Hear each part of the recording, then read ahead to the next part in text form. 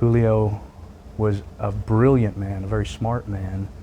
He came here to the United States with a dream to help his family, help his community, and he achieved that in a very large way.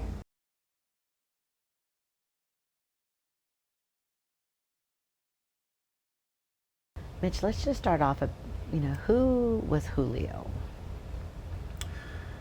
Julio Paredes was a kind and gentle man. He was a friend of mine. We went to law school together, and that's where I met him. He was very well liked amongst his classmates, and I was a year ahead of him. Mm-hmm. And I met Julio when he was licensed as an attorney, and we collaborated on building his injury docket. And I learned that he was a father of 5. His eldest is 23, and he's got 2 young ones under 10. Julio was a brilliant man, a very smart man. He came here to the United States with a dream to help his family, help his community, and he achieved that in a very large way in the Dallas community. Yeah, so he grew up in Mexico. Tell me about his younger years. Julio came to the United States and started a tax company. He was a tax professional, and he helped mainly the Hispanic community who couldn't speak English and needed help with paperwork to be able to work in the United States. He started a lot of friendships that blossomed into great working relationships, and became a good friend of mine. He, if I understand correctly, he loved going back to Durango. So he would go every year, and that's what he was doing when he was killed? Yes, there's a festival in Durango that happens, and he was known to take his family there. He was on vacation when this heinous crime occurred. And so that's something I think his daughter said it's a memory that they always have because it was just a tradition for him and his family to do this. Yes, he was a big family man and known to be someone who cared deeply about his family, carried a lot of responsibilities for his family, helped out his extended family, aunts, was able to generate a lot of people and following for his cause as a lawyer. And he was a very kind and gentle man, somebody that would listen to people, understand where they were coming from, and try and help them any way he could. Very selfless person. Wow. When I see the video, and I'm sure you've also seen the video of how he is run over and killed, that has to be jarring and shocking as a friend and for his family, because like you said, he's a very gentle man, but it looks like there's some sort of altercation and then this person just kills him. Yes, Julio was in the wrong place at the wrong time, and in my experience with him, he's a gentle, kind man, the person that would try and break up an altercation.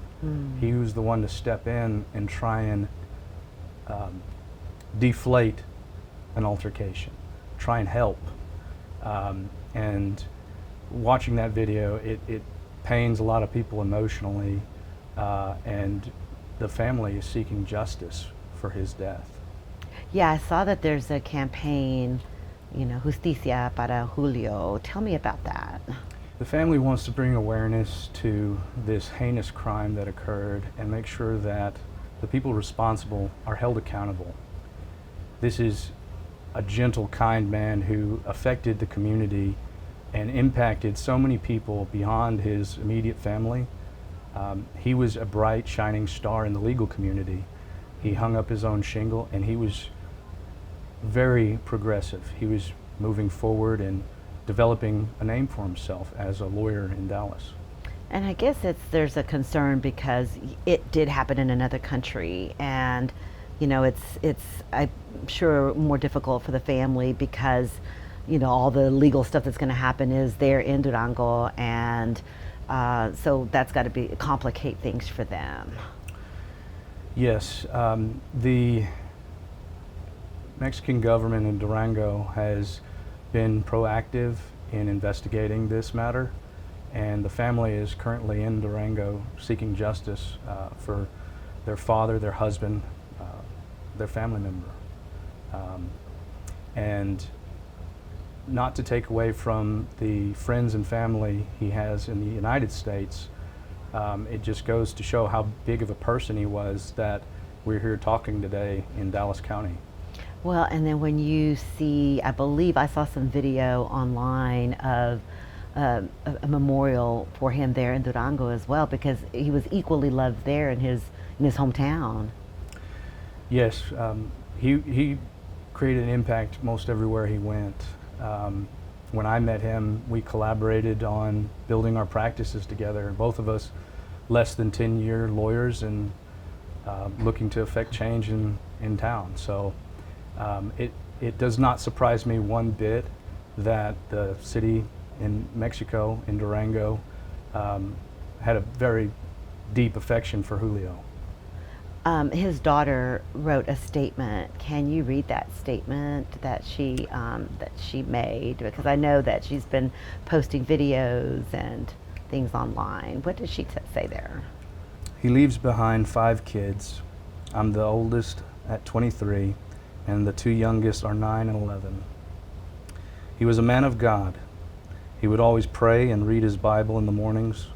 He would remind us to thank God for all we have in our lives, that we were very fortunate and had blessed lives and never took anything for granted. He was someone that always helped others, never expecting anything back. He was an advocate that moved mountains to make sure we got the best care, whether it was for my aunt when she was struggling with the lives of her twin babies during her pregnancy. He was there for her when his daughter had a benign tumor, and when her mom, dad, stepdad, and his own mother were diagnosed with cancer. He was juggling so many jobs and responsibilities willingly, and with such pride, he just always cared for his family and others. That's from his eldest daughter, Salma. She posted a video of him there on vacation. I guess a video that he had shot recently of a sunset and beautiful. Have you seen that video? I've seen some of the videos, and I think I know which one you're talking about. Yeah, so that's, I mean, so he was enjoying the beauty of his country and of the place he loved when one of the last things that he did. Yes, he was taking a very, in my opinion, well-deserved vacation to be able to spend time with his family, his friends, where he grew up. I can't imagine like somebody that just would do what they did to him. I'm sure the family, I don't know if there's any words that they would want to say to that person, but they took away someone that was very loved. Rebecca, I think you've hit the point. Somebody that was very well loved and impactful in multiple communities from Texas to Mexico was taken from us way too soon. And for the time we have in our country, it's important to remember the people who make that type of impact to others and influence them to try and do the same thing. And I love that you said that, because I think sometimes, we hear this anti-immigrant rhetoric, but here is a man who immigrated to the United States and brought his entire family here for a better life, but also made things better for people. He wasn't here to do harm. No, Julio was a beacon of hope. He was someone to persevere, to come from the background that he had, learn English, achieve a higher education, pass the bar exam, and be able to help so many people in the short amount of time that he was practicing in Dallas. it should be someone to be revered, somebody to aspire to. He was such a kind and gentle man, but he was assertive. He was somebody that commanded respect and showed it to his family and friends, and they respected him very genuinely. It's so amazing that he was able to pass the bar exam, which is so difficult in not even his first language. That's a pretty incredible feat. It's a testament to his perseverance, and his family is a sounding board for him. They were behind him. They champion him today. Could you talk maybe about, was there one particular person or case or someone that he really just had an impact in helping them, become U.S. citizens? Or I'm sure there's a long list of people that owe their gratitude for being able to stay here in the United States to him. Julio impacted hundreds of people here in the Dallas-Fort Worth community, and he was just getting started. He treated each case as if it was his own family member, and he was very hands-on. He was somebody to take the extra time to answer questions and make sure that his clients had the peace of mind that their matter was in control. And he was very, very adamant about serving his clientele and being a man of God. Do you know, was his family with him when it happened? Did they witness this? Did they see it? Were they there? I can't comment on the witnesses at the crime scene, but I know that they're there now, and they were enjoying their time with him. Okay. Anything else you'd like to say about your friend? I'd like people to understand that Julio was the type of man that should be remembered for the impacts he made in the legal community, but also just to people in general. He was a very kind and gentle man that developed a very good following with our classmates at UNT Dallas College of Law and people all across Dallas.